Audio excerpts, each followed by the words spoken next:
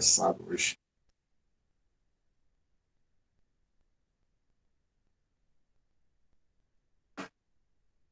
Graça e paz a todos.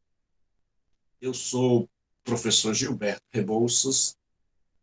Este é o Seminário Teológico à Distância, o ESTAD, seminário para quem não tem condições de estar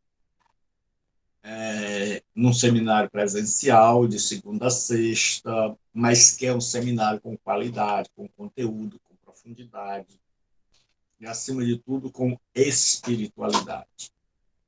Então, você pode estudar no estado. Você que vai ver essa aula, você pode se matricular, né, pelo 85, que é o código de Fortaleza, 92037604. Então, nós estaremos já hoje com a nossa aula de Deuteronômio. Né? Então, hoje nós vamos começar a estudar o livro de Deuteronômio.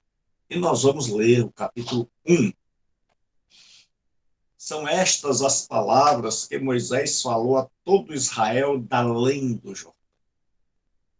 No deserto, na Arabá, defronte do mar de Suf, entre Parã, Tofel, Labã, Azerote e Dizaabe, jornada de 11 dias, desde Horebe, pelo caminho da montanha de Seir até Cádiz Barneia.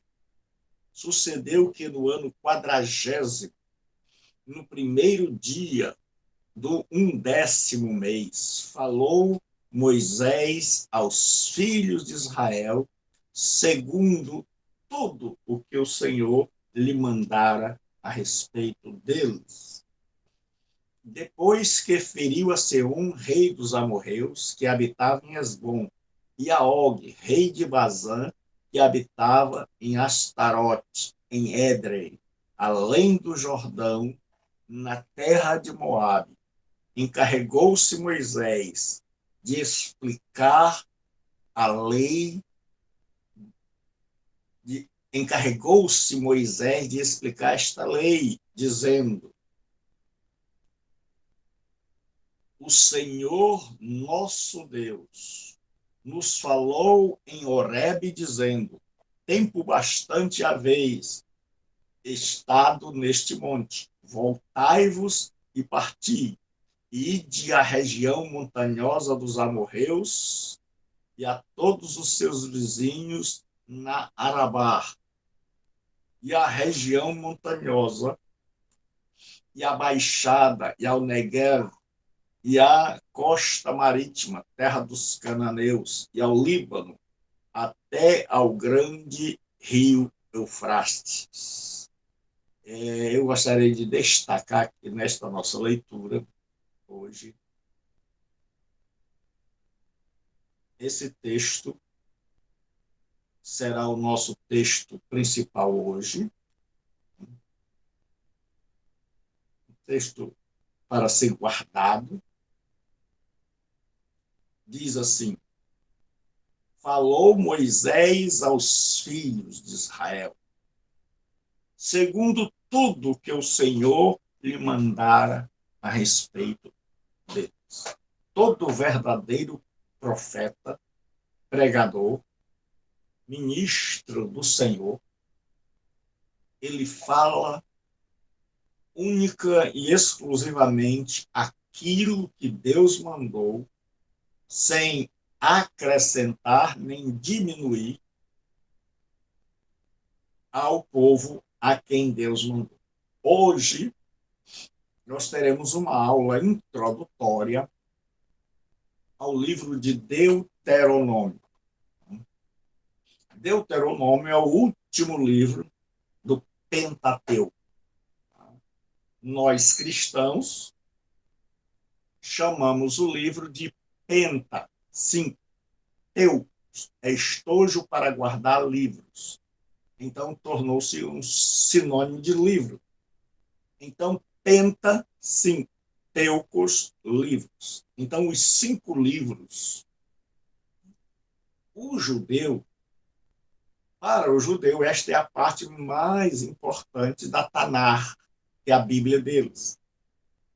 A Tanar, eles chamam de Torá. Então, estes 5 livros são para os judeus chamam de Torá, chamam esses livros de Torá, que significa instrução, ensino, lei, ou seja, as leis que guiam, que norteiam, que orientam, que dirigem o povo de Israel. E se eles seguirem estas leis, se darão bem. Se não seguirem, se darão mal. Então, nós temos os livros de Gênesis, é o Bereshit, o livro de Êxodo, Shemot. Nós temos o livro de Levítico, Vaikra. E nós temos o livro de Números, que é o livro que os alunos vão fazer um resumo, Bemidbar, né? E nós temos agora o livro de Deuteronômio, que é o livro mais utilizado no Novo Testamento desses livros da Torá. Então, quando você ouvir alguém falando Torá, esse alguém está falando de uma perspectiva judaica. Quando se referir a esse livro como o Pentateuco, a pessoa está falando de uma perspectiva cristã. Então, nós vamos estudar hoje a introdução a esse livro, a autoria. Há uma questão controversa quanto à autoria de todo o Deuteronômio, e nós já vimos isso quando a gente começou e também na introdução ao Antigo Testamento, que é a teoria documentária. E os defensores dizem que o Deuteronômio não foi escrito por Moisés, mas foi escrito talvez no pós-cativeiro, ou lá no período da monarquia. Mas nós acreditamos que estes livros, os teólogos conservadores, e eu me incluo, eles acreditam que esses livros foram escritos por Moisés, ou seja, o conteúdo, mesmo que tenha passado por edições, o conteúdo é mosaico. Então, nós vamos ver hoje uma introdução. E o que é uma introdução?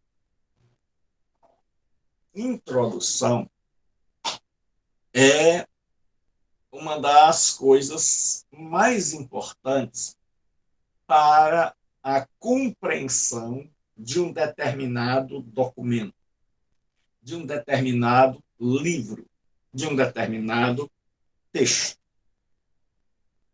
Principalmente se ele foi escrito há 3.000 e tantos anos, 2.000, 1.000. Por quê? Porque a Bíblia foi escrita numa cultura diferente. Quando nós lemos a Bíblia e vamos tentar fazer uma interpretação, nós temos alguns obstáculos a serem transpostos por nós. Quais são estes obstáculos a serem transpostos? São, primeiro, a distância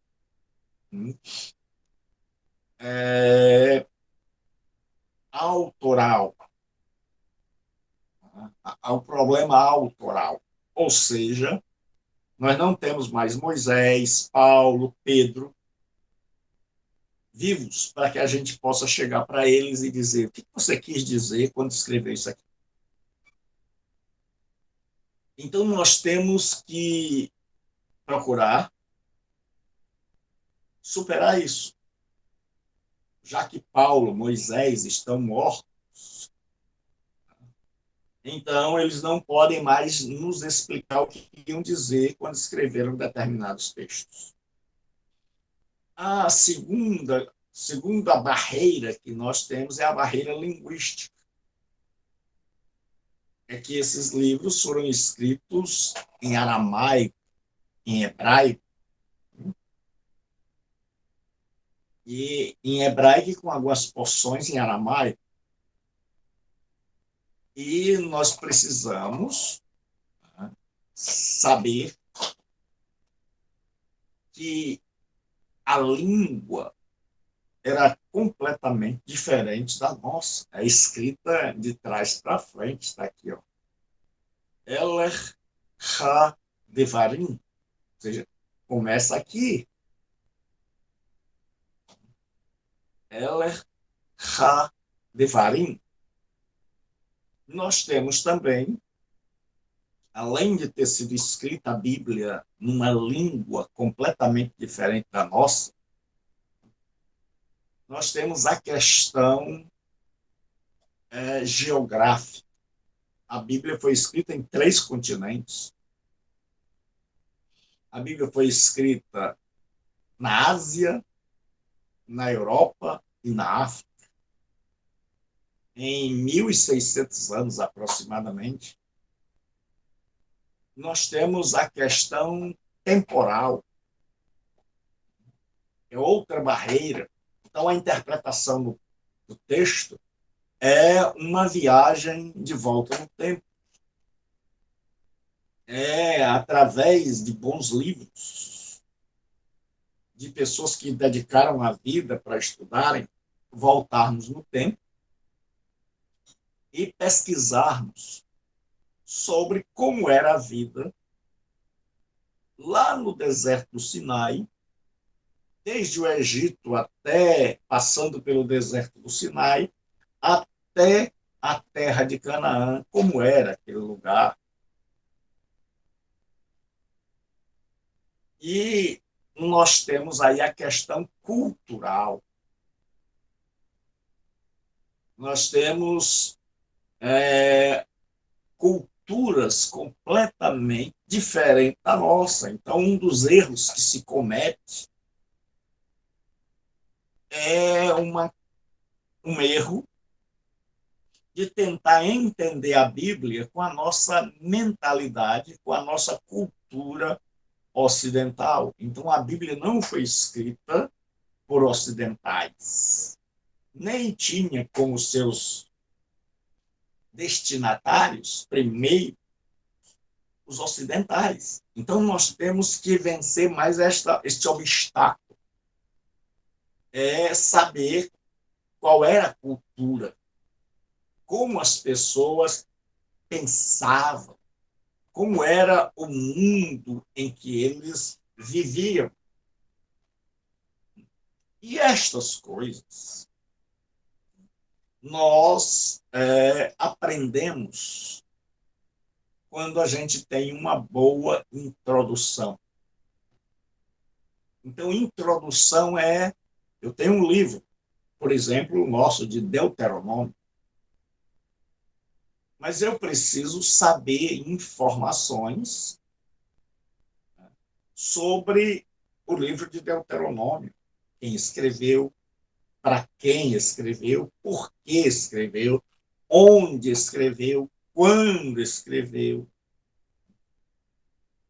Então, eu preciso saber como era o contexto, como era a cultura, como era a língua, né, como eles pensavam. Então, é uma viagem ao passado. E isso é maravilhoso.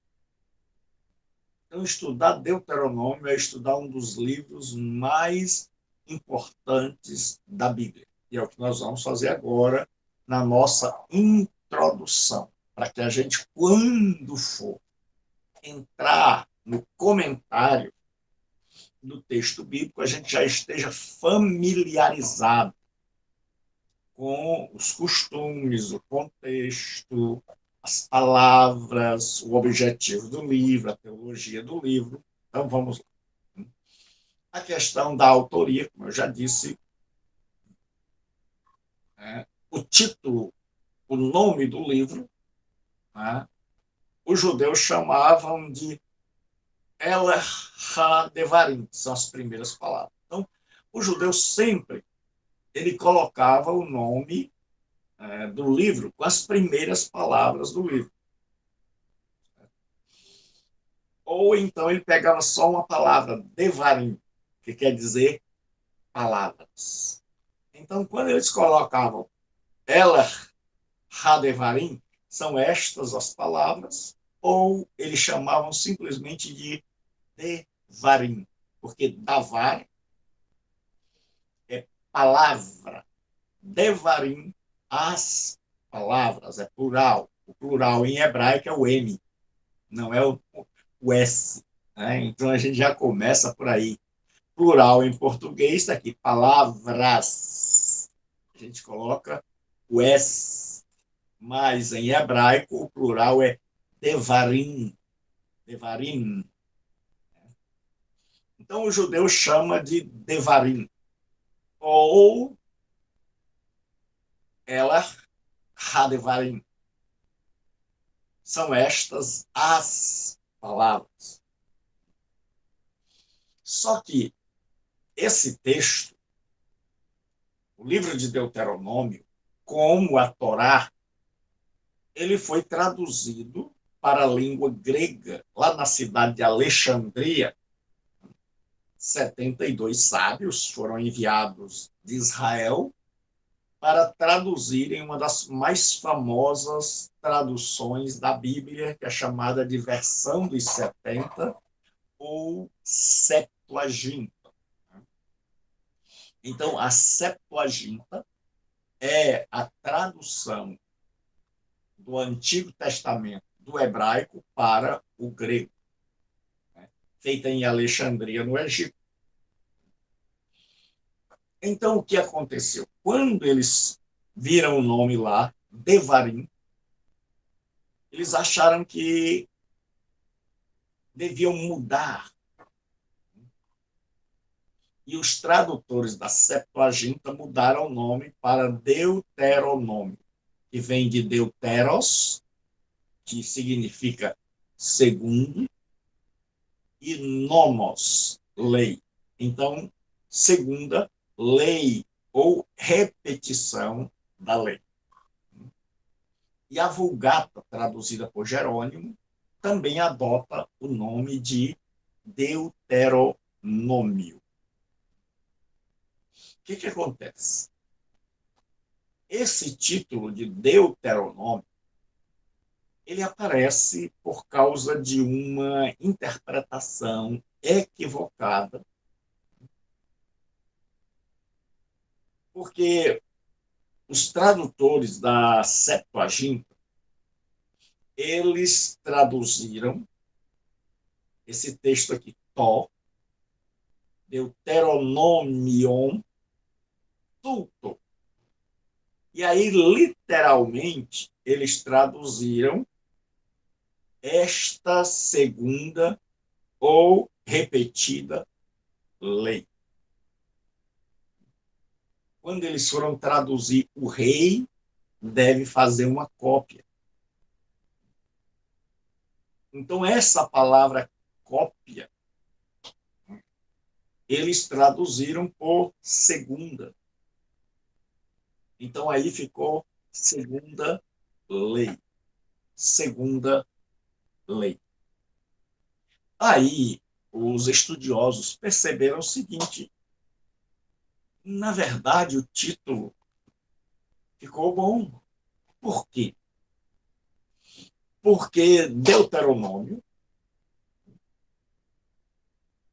é uma segunda lei. O povo de Israel recebeu a lei lá no Sinai, mas aquela geração havia morrido. E aqui eles estão para entrar na Terra Prometida. Aquela geração não pôde entrar. Então, eles ficaram andando em círculos no deserto, até que eles morressem, e os filhos deles crescessem e chegasse à segunda geração. Da primeira geração, só tinha agora Moisés, Arão e os dois homens que vão entrar na terra prometida, Josué e Caleb. Então agora toda essa geração é nova. É uma geração que não ouviu a primeira lei,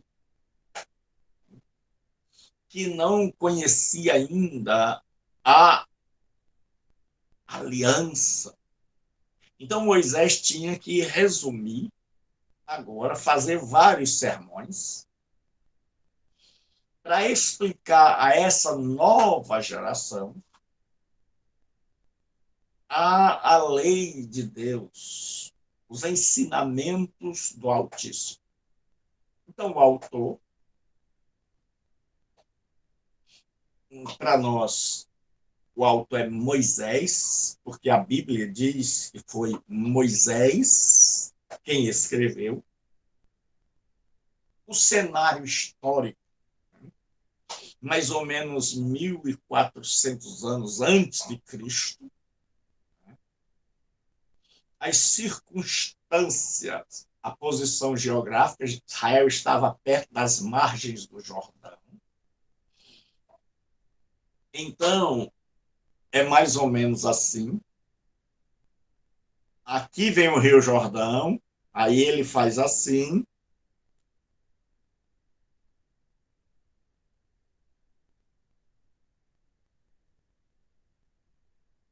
Aqui ele vai ter chamado Mar da Galileia. Professor Beto, moço, deixa eu ver se eu entendi esse livro. De Deuteronômio, ele quer dizer que é como se Moisés tivesse reescrevido novamente a lei, é isso? Ele resumiu. Resumiu, Ele, porque ele, como o senhor é uma geração nova, né? Então ele precisou justamente. falar novamente, né? É como se o seu pastor manda um abraço para o bispo, viu? Bom, É como se ele pegasse a igreja velha, todo mundo fosse embora, os antigos, e viessem só novos crentes.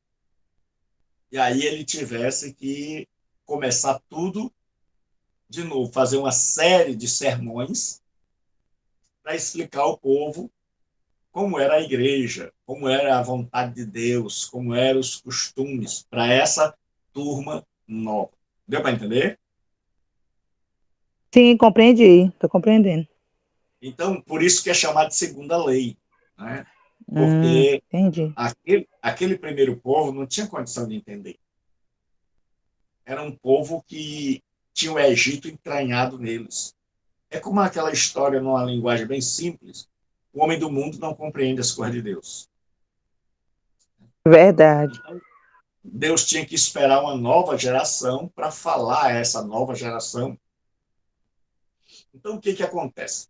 Quando você vinha daqui, viajando, você chegava aqui, tinha o Rio Jordão, o Mar da Galileia e o Mar Morto. E aí, esse lado aqui era o mar, o Mediterrâneo. Então, Israel tinha que atravessar o Jordão para morar aqui. Então, o Jordão era uma espécie de muro para Israel, o Rio Jordão. Então, o que que Israel, ele vinha aqui, e Moisés, quando está aqui, perto já da fronteira, já para atravessar o Jordão, ele olha para esse povo que vai entrar na terra prometida, e aí ele começa a ensinar a palavra de Deus para esse povo que vai entrar na terra de Canaã, mas que ainda esse povo não conhece ainda a Deus. Esse povo precisa ser instruído na palavra de Deus. Então, o livro de Deuteronômio vai ser constituído de uma espécie de síntese, de resumo, pregado para uma nova geração. E é por isso que, quando se quer tirar alguma coisa do Antigo Testamento, o lugar mais fácil para encontrar é em Deuteronômio. Foi o livro que Jesus usou contra o diabo. Né?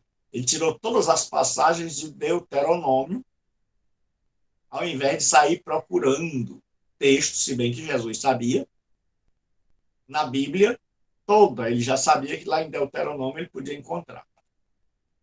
Então, agora, o que acontece? Tem uma nova geração, e essa nova geração precisa ser instruída. Qual é o objetivo do livro? É preparar a nova geração de Israel para viver em Canaã, mediante uma reafirmação da lei sinaítica. Né? Sinaíta. Ou seja, esse povo precisava ouvir a lei que os pais deles haviam ouvido há 40 anos atrás, 38, mais ou menos. Então, esse povo precisava ouvir, e Moisés agora vai ensinar, porque eles vão entrar em Canaã, e Canaã, o negócio é sério. Canaã tem todo tipo de pecado. Canaã é um lugar onde as pessoas são pagãs, onde o paganismo reina, onde o Baal é o deus da fertilidade, o deus da chuva. Então, o povo vai ter muito problema com o paganismo. Então, eles precisam estar com a lei de Deus em seu coração. É por isso que Davi diz assim: escondi a tua palavra no meu coração para eu não pecar contra ti. Então, a segunda coisa, depois de preparar o povo para entrar e não se misturar, e mesmo assim o povo ainda vai se misturar, Moisés expressa aqui a parte fundamental da lei em forma de sermão, estendendo-se nos princípios básicos e falando em tom exortativo. Então, ele está exortando o povo, incentivando o povo, conclamando o povo a obedecer. Então, Deuteronômio é uma série de sermões, como nós chamaríamos hoje, uma série de estudos bíblicos para preparar esse povo. Aí nós temos, em quarto lugar, a estrutura de Deuteronômio. Como é que Moisés pensou para organizar Deuteronômio? Então, ele pensou em 3 discursos. 3 discursos, sendo que o do centro é o coração destes discursos. Então, Moisés divide o livro de Deuteronômio em 3 partes. Alguns acham que em 4. Mas a quarta parte é apenas a despedida, é como nas cartas de Paulo, mais ou menos. Na verdade, nós temos 3 discursos, certo? De Moisés. 2, o primeiro e o terceiro, são discursos breves, tá? É como se fosse mais ou menos uma introdução, e o terceiro, uma conclusão, e o discurso maior, o discurso por excelência, é o do meio, o de número 2. Então, ele faz 3 discursos. O primeiro discurso se inicia no capítulo 1, versículo 6. Até o 5 ele dá uma introdução.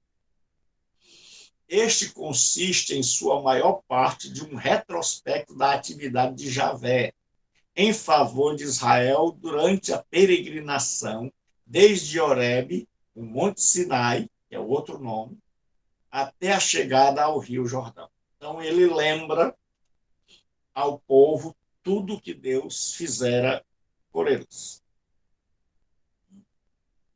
para que esse povo creia, para que esse povo aprenda, para que esse povo seja grato, para que esse povo dependa, aprenda a depender de Deus. Sendo concluído com uma sessão hortatória, ou seja, de exortação,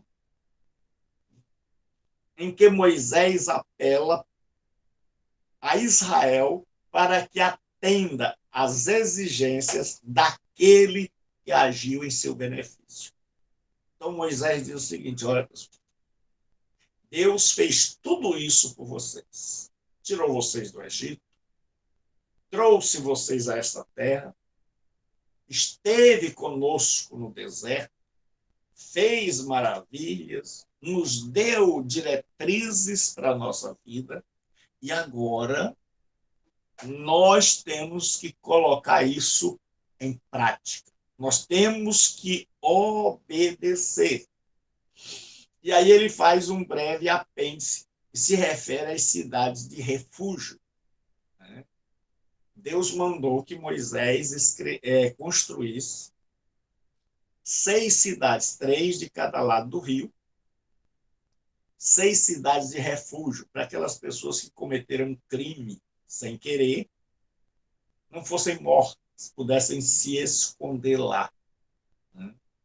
Essas cidades de refúgio apontam para Jesus Cristo, que é o nosso refúgio, é o lugar onde nós, culpados, nos escondemos e encontramos nele abrigo. O segundo discurso, que é realmente o coração do livro, começa no capítulo 5 e se estende até o de número 28. Então, o segundo discurso é grande. Ele vai do capítulo 5 até o capítulo 28. E ele vai começar explicando os mandamentos. E aí nós temos o terceiro discurso, que abrange os capítulos 29 e 30. É semelhante ao que Jesus fez. Esses capítulos aqui, Deus diz: eis que eu ponho diante de vós a morte e a vida, a bênção e a maldição, escolhei a vida para que viva. E no final do Sermão do Monte, Jesus diz que um homem construiu sua casa na rocha e outro construiu sua casa na areia. E ele diz que uma casa caiu porque desobedeceu a palavra. Diz: quem ouve a minha palavra. E aqui Moisés disse: se vocês ouvirem a palavra de Deus, benditos serão no campo, benditos serão na cidade. Se vocês desobedecerem, malditos serão no campo, malditos serão na cidade. E Jesus, Mateus explica que Jesus é o segundo Moisés. Jesus diz: olha, se vocês ouvirem também a minha palavra, a casa de vocês será uma casa na rocha. Mas se vocês não ouvirem, não seguirem as minhas instruções, vocês vão ruir como aquela casa. E os capítulos 31 a 34 aparecem, né, como um apêndice. Né? Então, qual é a teologia de Deuteronômio? O que Deuteronômio ensina de verdade eterna? De verdade que deve ser aprendida por nós. Javé, o Deus de Israel, aparece num contexto fortemente aliancista. O que é isso? Houve uma aliança lá no Sinai entre Deus e Israel. E Javé é colocado como o esposo, o rei, o senhor. E Israel é colocado como uma esposa, como um súdito, como um vassalo. Então, são estas as figuras. Por isso que os profetas, porque a lei vai ser a Bíblia dos profetas.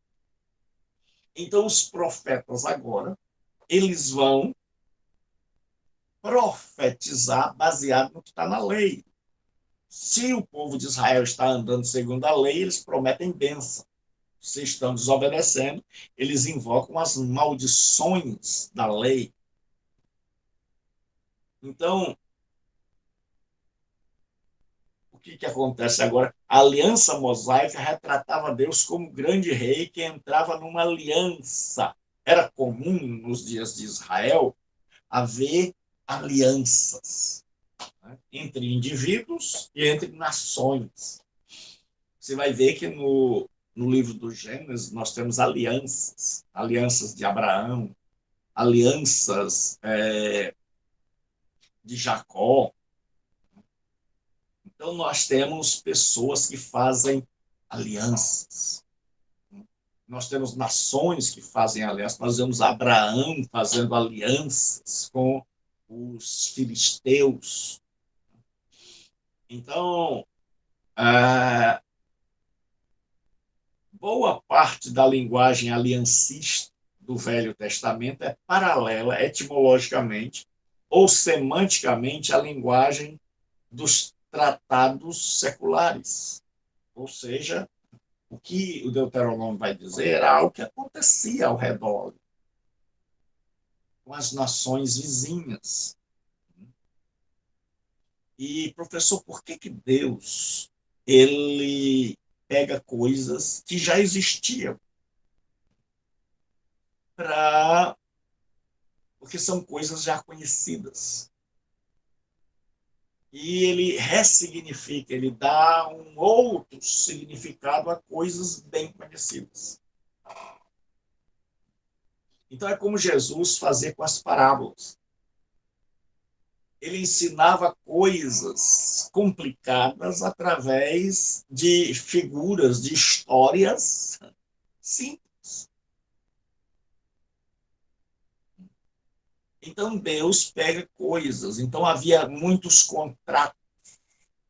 E Deus vai usar Moisés para escrever segundo esses contratos. E quando o povo lia, o povo entendia, porque já estava acostumado com este tipo de contrato chamado de Berit, Diatec, no Novo Testamento, ou, em português, aliança, pacto, testamento.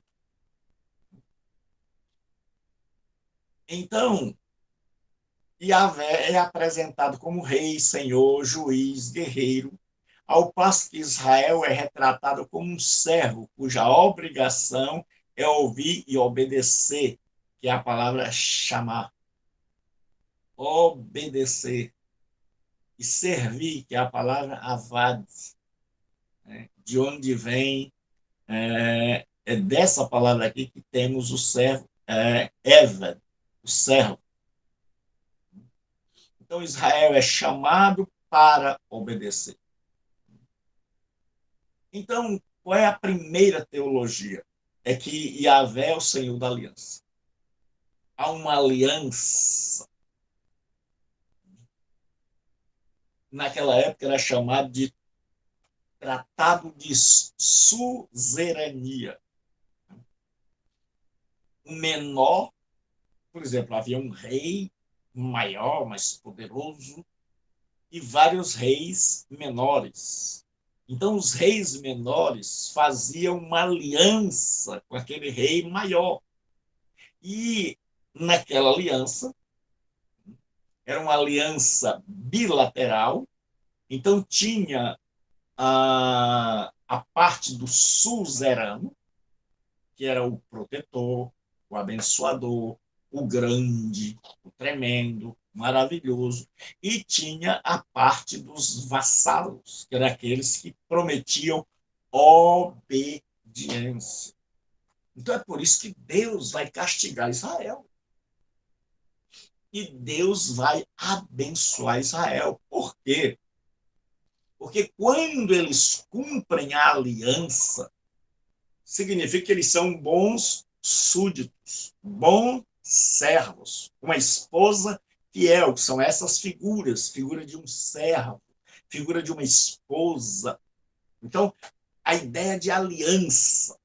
Agora, quando Israel quebra, desobedece a aliança, ele é visto, Israel, como uma mulher adúltera, que foi infiel ao seu esposo, como um servo inútil, como um vassalo que não honra o seu senhor. Então,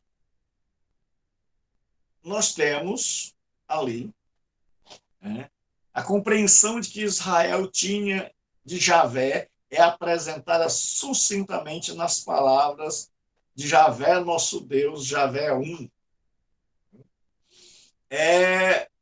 Esse é o texto por excelência para o judeu. O judeu recita, isso aqui é uma declaração de fé. Eu coloquei em hebraico e transliterei embaixo. É assim: Shema Israel Adonai Elohim Adonai Echad. Shema quer dizer ouve, escuta, Israel. Escuta, Israel. Adonai, o Senhor, Elohim, nosso Deus. Elohim é Deus.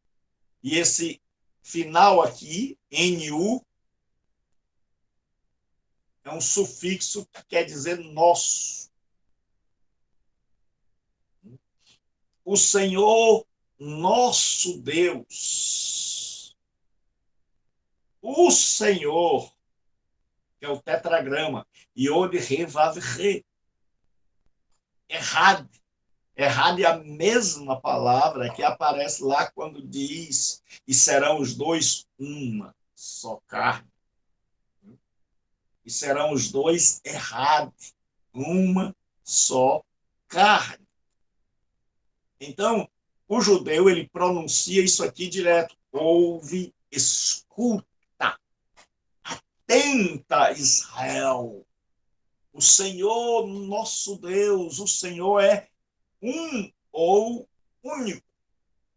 Eu prefiro a tradução de Errade como único neste contexto. Então eu traduzi aqui Shema Israel, aí eu botei o tetragrama, é Y, Re, Vav, Re, Eloheinu, Y, Re, Vav, Re, Errade. CH em hebraico tem som de R. Então, Shema Israel Adonai Elohim Adonai Echad. Aqui é o nome de Deus, o nome sagrado. Só que a gente pronuncia, no lugar do nome sagrado, a gente pronuncia a palavra Adonai ou Yahvé. É mais ou menos assim. Shema Israel Yahvé, nosso Deus, Yahvé é um. Então, a segunda coisa da teologia, a primeira agora é que Deus é o Senhor. Israel é o servo. Deus é o marido. Israel é a esposa. Então, está feita uma aliança. Cada um tem o seu papel. Cada um conhece o seu lugar. Cada um conhece as suas obrigações, os seus deveres. Então, Yahvé é o Deus da história. Uma característica importante dos tratados de suzerania, que era onde um pequeno se aliava a um grande, vários pequenos,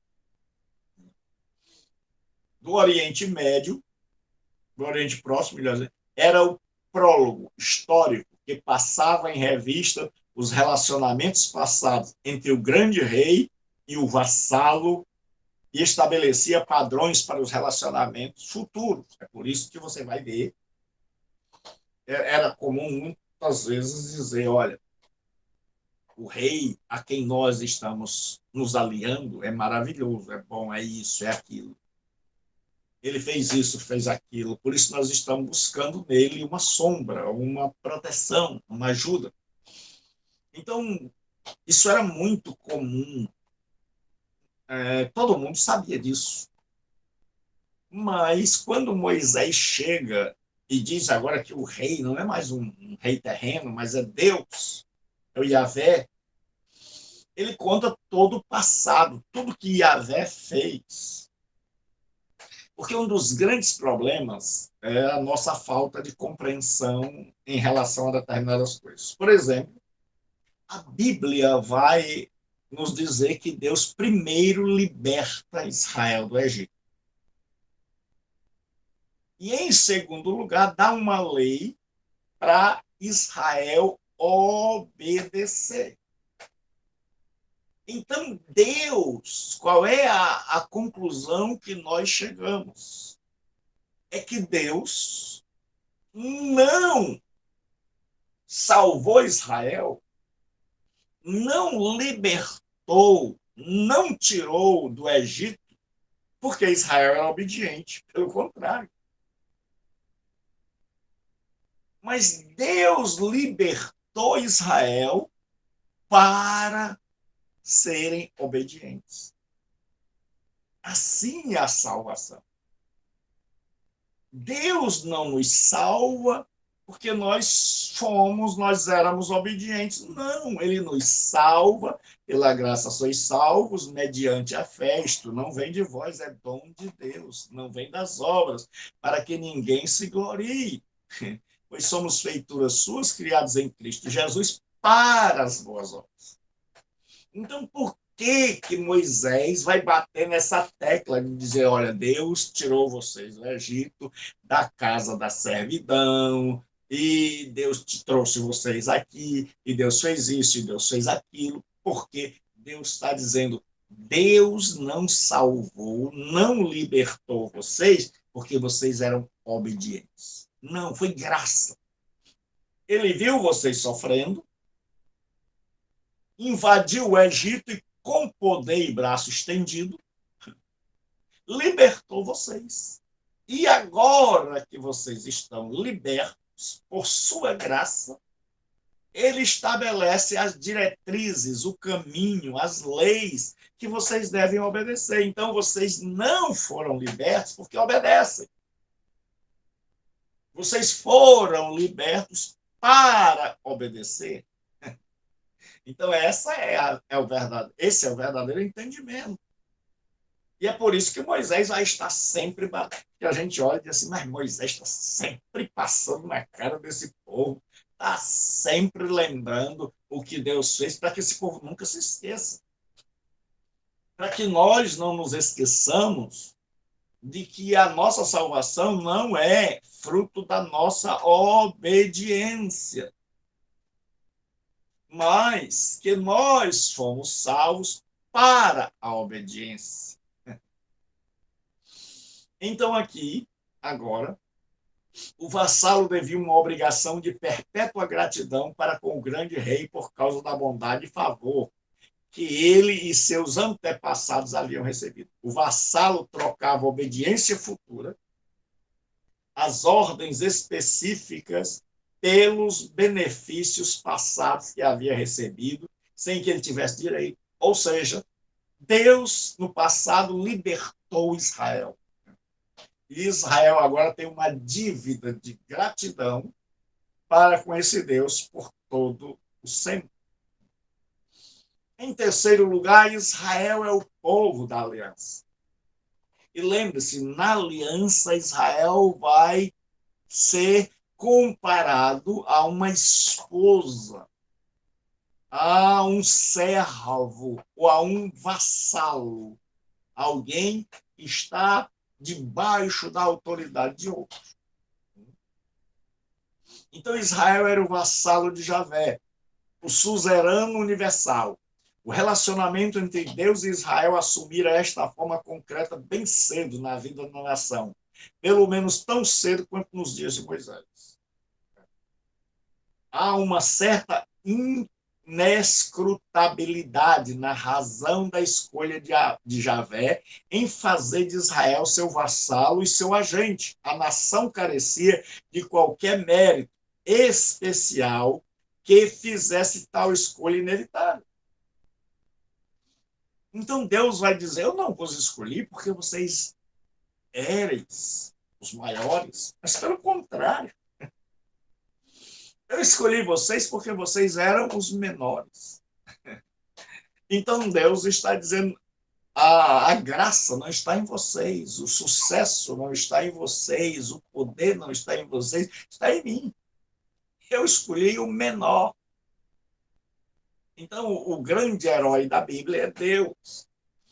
Deus podia ter escolhido gente de outra forma, mais poderosa, uma nação maior, um império, mas não, Deus escolhe um país lá na Palestina do tamanho de Sergipe, para usar esse país e transformar o mundo. Então, esse povo da aliança não é um povo que humanamente alguém escolheria, mas Deus escolheu. E a adoração ao Deus da aliança. Como é que devia ser essa adoração? Nós estamos caminhando para o fim da introdução. Claramente, se toda a vida de Israel devia ser vivida com a consciência do caráter da atividade de Javé, uma parte importante de tal vida teria que ser necessariamente a adoração a seu Deus. Então, Israel foi salvo para adorar. O grande problema nosso é que a gente imagina que adorar é só cantar. Então, a gente imagina que adorar é só cantar. Então, quando nós pregamos, nós estamos adorando. Quando nós trabalhamos honestamente, nós estamos adorando. Quando nós somos um bom pai, nós estamos adorando. Quando nós obedecemos a sua palavra, nós estamos adorando. Né? Então, quando tudo que nós fazemos em obediência a Deus é parte da nossa adoração. Quando ofertamos, estamos adorando.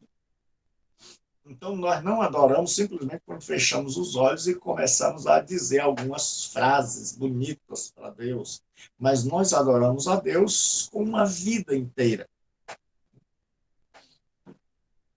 O caráter pessoal e espiritual da adoração é fortemente enfatizado em Deuteronômio. Então, Deuteronômio vai dizer, olha, você precisa adorar a Deus. Ah, mas o outro não foi, não, mas você precisa. É algo pessoal, a adoração, mesmo que seja realizada em conjunto, coletivamente, é algo pessoal e espiritual. Não podia ser apenas da boca para fora, tinha que vir do coração. E aí, Israel tinha o papel importante em trazer tais fatos fatos perante o povo. As festas religiosas, certo? Nós temos muitas festas em Israel, né? Começando o ano religioso, nós temos a Páscoa, depois nós temos o Pentecostes, e aí por aí vai. Os salmos e, sem dúvida, as orações faziam referência frequente ao tema da redenção. Que é isso? Para a gente terminar por aqui hoje. Tudo que o povo fazia, se você olhar as festas, a Páscoa lembrava a libertação. Se você olha para o Pentecostes, lembra do que Deus deu, da colheita. A festa da colheita. Se você olha para a festa dos tabernáculos, você olha para a festa em que Deus cuidou desse povo no meio do deserto, deu água, deu pão, deu proteção, colocou chama para aquecer, para iluminar, sombra através da nuvem. Então, as festas, os salmos, as orações que você vai ver, tudo vão dizer que Deus é um Deus redentor, que redimiu Israel da escravidão. E porque Deus assim procedeu, Israel devia adorá-lo.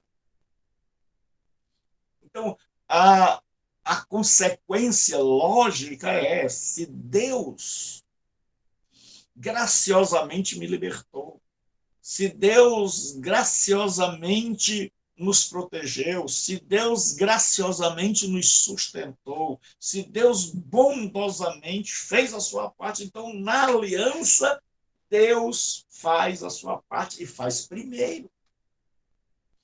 Então, qual é a consequência? Qual é a resposta a essa ação de Deus? É adoração, é gratidão, é uma vida dedicada a Deus. Que Deus nos abençoe. Alguma pergunta, Aninha? Não, pastor, que maravilhado que eu estudo. Então, Deus te abençoe. Leia o texto aí, você vai gostar muito. Tá bom. Paz, Deus Senhor. abençoe. Vai, Senhor.